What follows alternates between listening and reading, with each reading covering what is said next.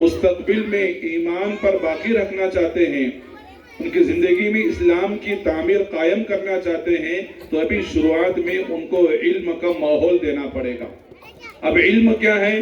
علم وہ ہے جو قرآن کا ہے، علم وہ ہے جو حدیث کا ہے، علم وہ ہے جو قبر کے 3 سوالات سے متعلق ہے۔ باقی فن ہے، اس کا انکار نہیں ہے، وہ صرف ضرورت پورا کرنے کے لیے ہے، لیکن یہ علم ہے جس کو قرآن کریم میں حدیث میں بیان کیا، اور جو ہمارے بچوں نے پروگرام پیش کیا یہ علمی پروگرام ہے۔ تو لہذا اس اقرا کے اندر سورہ علق میں 2 اقرا ہیں، 2 اقرا۔ پہلا اقرا ایک فرض عین کا ہے، دوسرا اقرا فرض کفایہ کا ہے۔ پہلا پڑھو، اتنا پڑھو کہ تمہیں حلال و حرام کی تمیز آ جائے، موٹی موٹی معلومات ایمان اور اعمال سے متعلق بنیادی چیزیں یہ سیکھنا ہر ایک کے لیے فرض عین ہے۔ یہ گویا کہ مکتب کی تعلیم یہ پہلا اقرا ہے، یہ میں نہیں کہہ رہا۔ دارالعلوم دیوبند کے شیخ الحدیث مفتی سعید صاحب پالنپوری رحمۃ اللہ علیہ نے اپنے علمی مقالات کے اندر اس کو بیان کیا ہے کہ مکتب کی تعلیم فرض عین ہے، یہ اگر نہیں سیکھیں گے تو گنہگار ہو جائیں گے۔ سب سے بڑا گناہ، جیسے ایمان فرض عین، نماز فرض عین، ایسا بنیادی تعلیم سیکھنا بھی فرض عین ہے۔ تو اس کا تعاون کرنا بھی یہ فرض عین میں تعاون ہے، جو ہمارے حضرات نے ذکر کیا۔ کیا تعاون کرنا؟ اس اعتبار سے، تنخواہ کے اعتبار سے، نصاب کے اعتبار سے، نظام کے اعتبار سے، بچوں اساتذہ کی سہولت کے اعتبار سے، کیونکہ ساری چیزیں فرض عین میں معاون اور مددگار ہیں۔ جب یہ پڑھ لیں گے، اب اس کے بعد کا پڑھ لینا یہ فرض کفایہ، اقرا وربک الاکرم، اس کے آگے پڑھو۔ اب موٹے موٹی بنیادی چیزیں آ گئی، نماز آ گیا، وضو آ گیا، پردہ آ گیا، اور اس کے آگے سیکھو۔ یہ دوسرا اقرا فرض کفایہ ہے جس کو مدرسے والے ادا کر رہے ہیں۔ الحمدللہ ہمارے گاؤں میں 2 مدرسے لڑکوں کے چل رہے ہیں، 2-3 لڑکیوں کے مدرسے چل رہے ہیں۔ اب یہ فرض عین ادا کر رہے ہیں، بس اسی کو اتنا ہی باقی رکھو۔ اب اس کے آگے اور زیادہ پان ٹپریاں کھولنے کی ضرورت نہیں ہے۔ اس کو ترقی دو، اس کو بڑھاؤ۔ اب یہاں 110 طلبہ کے لیے 3 اساتذہ ہیں، تو ہمارے اعتبار سے 6 اساتذہ ہونا چاہیے۔ اس سے کیا ہوگا؟ ہمارے بچوں کا ارتداد رکے گا، ہمارے بچوں کی بنیاد صحیح ہو جائے گی، وہ گھر کے اندر ماں باپ کو پہچاننے والے بن جائیں گے۔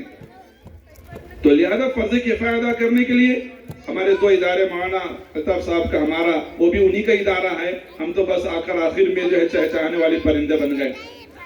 اب اس کے آگے ہمیں ہر مسجد میں اپنے مکتب کو شروع کرنا، اس کو ترقی دینا، اس میں اپنا تعاون لگانا، ورنہ ہر ایک اپنے مزاج سے دین کی محنت کرنا چاہے گا تو نہیں، بلکہ جو امت کو ضرورت ہے اس کی آج ہمیں امت کو پیش کرنا ہے۔ تو لہذا ہمیں اس تمام کو تعاون کرنا ضروری ہے۔ دین کا کام تعاون سے چلتا ہے۔ آپ صلی اللہ علیہ وسلم نے اپنی محنت میں حضرت خدیجہ کو معاونہ بنایا، ابو بکر صدیق کو معاون بنایا، علی مرتضیٰ کو لیا، حضرت زید بن حارثہ کو لیا۔ گویا کہ بچہ بھی اور نچلے طبقے کے لوگ بھی، خدیجہ بھی، حضور بھی، سب مل کر ہر گھر کی فکر کرتے رہے۔ اللہ نے اس امت کو قبول فرمایا۔ اگر ہم بھی چاہتے ہیں کہ ہمارا گھرانہ قبول ہو جائے تو مستورات کو بھی شانہ بشانہ اس مکتب کی تعلیم میں فکر کرنے کی ضرورت ہے، مردوں کو فکر کرنے کی ضرورت ہے، اور تمام کو ملا کر بچوں کو بنانے کی ضرورت ہے، کیونکہ اللہ فرما رہے یا ایھا الذین آمنوا قوا انفسکم واہلیکم نارا، اے ایمان والو اپنے آپ کو، اپنے گھر والوں کو جہنم کی آگ سے بچاؤ۔ جہنم کی آگ کیا ہے؟ یہ گناہ جو معاشرے میں پھیلے ہوئے ہیں، بے پردگی، اور اسی طریقے سے بے نمازی، سودی کاروبار، اور اسی طریقے سے سنگ کے پیسے، یہ ساری زکوٰۃ نہ ادا کرنا، بدنگاہی کرنا، موبائلوں کا غلط استعمال کرنا، راتوں رات راستوں پر بیٹھ کر جو ہے گپ شپ کے حلقے لگانا، صبح کی نماز ضائع کر دینا، یہ سارا یہ جہنم کی آگ ہے۔ اس کے گرمی مرنے کے بعد قبر میں معلوم پڑے گی۔ اللہ ہر فرد کی اس سے حفاظت فرمائے۔ تو ہم تمام کی ذمہ داری ہے، یہ اللہ فرما رہے قوا انفسکم، یہ فرض عین ہے، اپنے آپ کو بھی بچاؤ، بچوں کو بھی بچاؤ۔ اب کیسے بچائیں گے؟ مردوں کا تعلق مسجد سے جوڑیں گے، مسجد کے اعمال سے جوڑیں گے، جیسا کہ سیرت سے ملتا ہے، اس اعتبار سے ہم اپنے ساتھیوں کی تربیت کریں گے۔ اور مستورات کو اپنے گھر میں رکھتے ہوئے اور محدود دائرے میں رکھ کر ان کو دین کی تعلیم دینا۔ ماشاءاللہ آپ کی 30-40 مستورات ہمارے پاس مکتب نساء میں پڑھنے آتی۔ اب ہم چاہ رہے ہیں کہ آپ کے خدیجہ محلے مستقل ایک مکتب جو عمارت سامنے کھڑی ہے آپ اس میں انتظامات کر دیں. ہم انشاءاللہ آپ کو ایک ماہرہ معلمہ دے کر آپ کے محلے کی مستورات کو لے کر اس میں مکتب یہاں شروع کریں گے تاکہ زیادہ تعداد میں ہماری ماں بہنیں ڈائریکٹ آپ کے محلے سے دین سیکھیں, محلہ بدلنا نہ پڑے. یہ ہمارا احتیاطی پہلو ہے. اس لیے آپ ہماری کمیٹی والوں کی ذمہ داری صرف دیواریں بنانا کمیٹی کی ذمہ داری نہیں, اس میں تعلیم کو روح پھونکنا کی ذمہ داری ہے.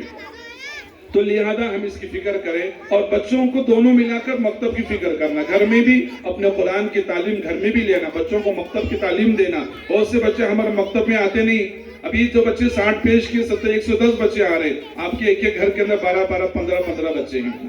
یہ سارے بچے ہمارے مکتب کے ماحول میں کیسے آئیں تو گھر کا ہر فرد فکر کرے, اور جو بچے آ رہے ہیں ان کو سلیقے کے ساتھ بھیجنا, دین کی تعلیم کو ذہنی اعتبار سے بچے کو تیار کر کے بھیجنا. تو ذہنی اعتبار سے کیسے تیار ہوگا؟ آپ دیکھیں گے یونیفارم اسکولوں میں جہاں پر فن کی تعلیم دی جاتی ہے وہاں پر یونیفارم ہوتا ہے تاکہ بچہ ذہنی اعتبار سے تیار ہو جائے. اگر کھیل کے لباس میں آئے گا تو کھیل کا کر مکتب کو کھیل بنائے گا.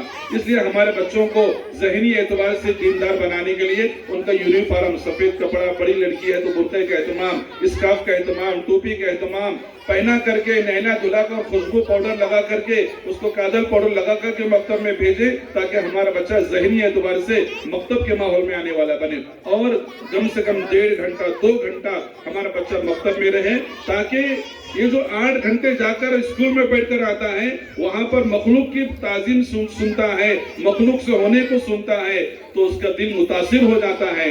تو پھر اس کو 1 گھنٹہ دیں گے تو بچہ ہمارا کیا ہو جائے گا, وہ دین سے متاثر ہوگا. ایسا نہیں کہ بچہ ہے اور بچوں کو کیا ہوگا بولنے سے نہیں, پیدا ہونے کے بعد ایک کام میں اذان ایک کام میں اقامت کیوں دیتے ہیں, حالانکہ بچہ سمجھتا نہیں ہے, اس کا اثر اس کے دل پر پڑتا ہے.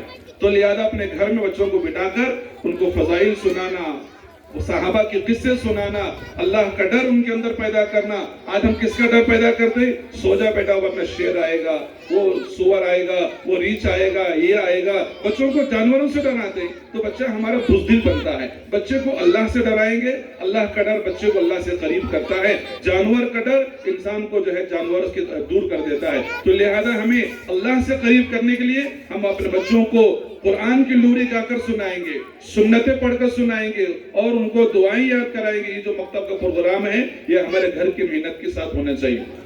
تو لہذا اس کی فکر کریں, ہمارے ماں بہنیں بھی گھر سے بچوں کو ہوم ورک کرا کے بھیجیں مکتب کا, اور ان کو لباس کے ساتھ اور ان کی پابندی سے فیس ادا کرنا تاکہ ہمارا نظام یہ نصاب دونوں برابر ایک ساتھ چلتا رہے. اور مرد حضرات بھی اپنے جو ہے نمازوں کی پابندی, مسجد میں آ کر 5 نمازیں بچوں کو اپنے ساتھ میں لے کر آنا. اس لیے کہتے ہیں گھر میں اپنے گھروں کو قبرستان نہ بناؤ. کیا مطلب ہے اس کا, گھروں کے اندر بھی کچھ نفیلی سنتیں پڑھتے رہو تاکہ بچوں کو گھر والوں کو بھی نماز کی تاکید ہو جائے. ان کو اٹھا کر آنا, 5:30 6 بجے کی جماعت ہوتی ہے اور پھر بھی اگر کسی کو جماعت کی توفیق نہ ملتی تو اس کی محرومی کی سب سے بڑی علامت ہے. اس لیے ہم نمازوں کی پابندی مسجد کے اعمال سے جوڑ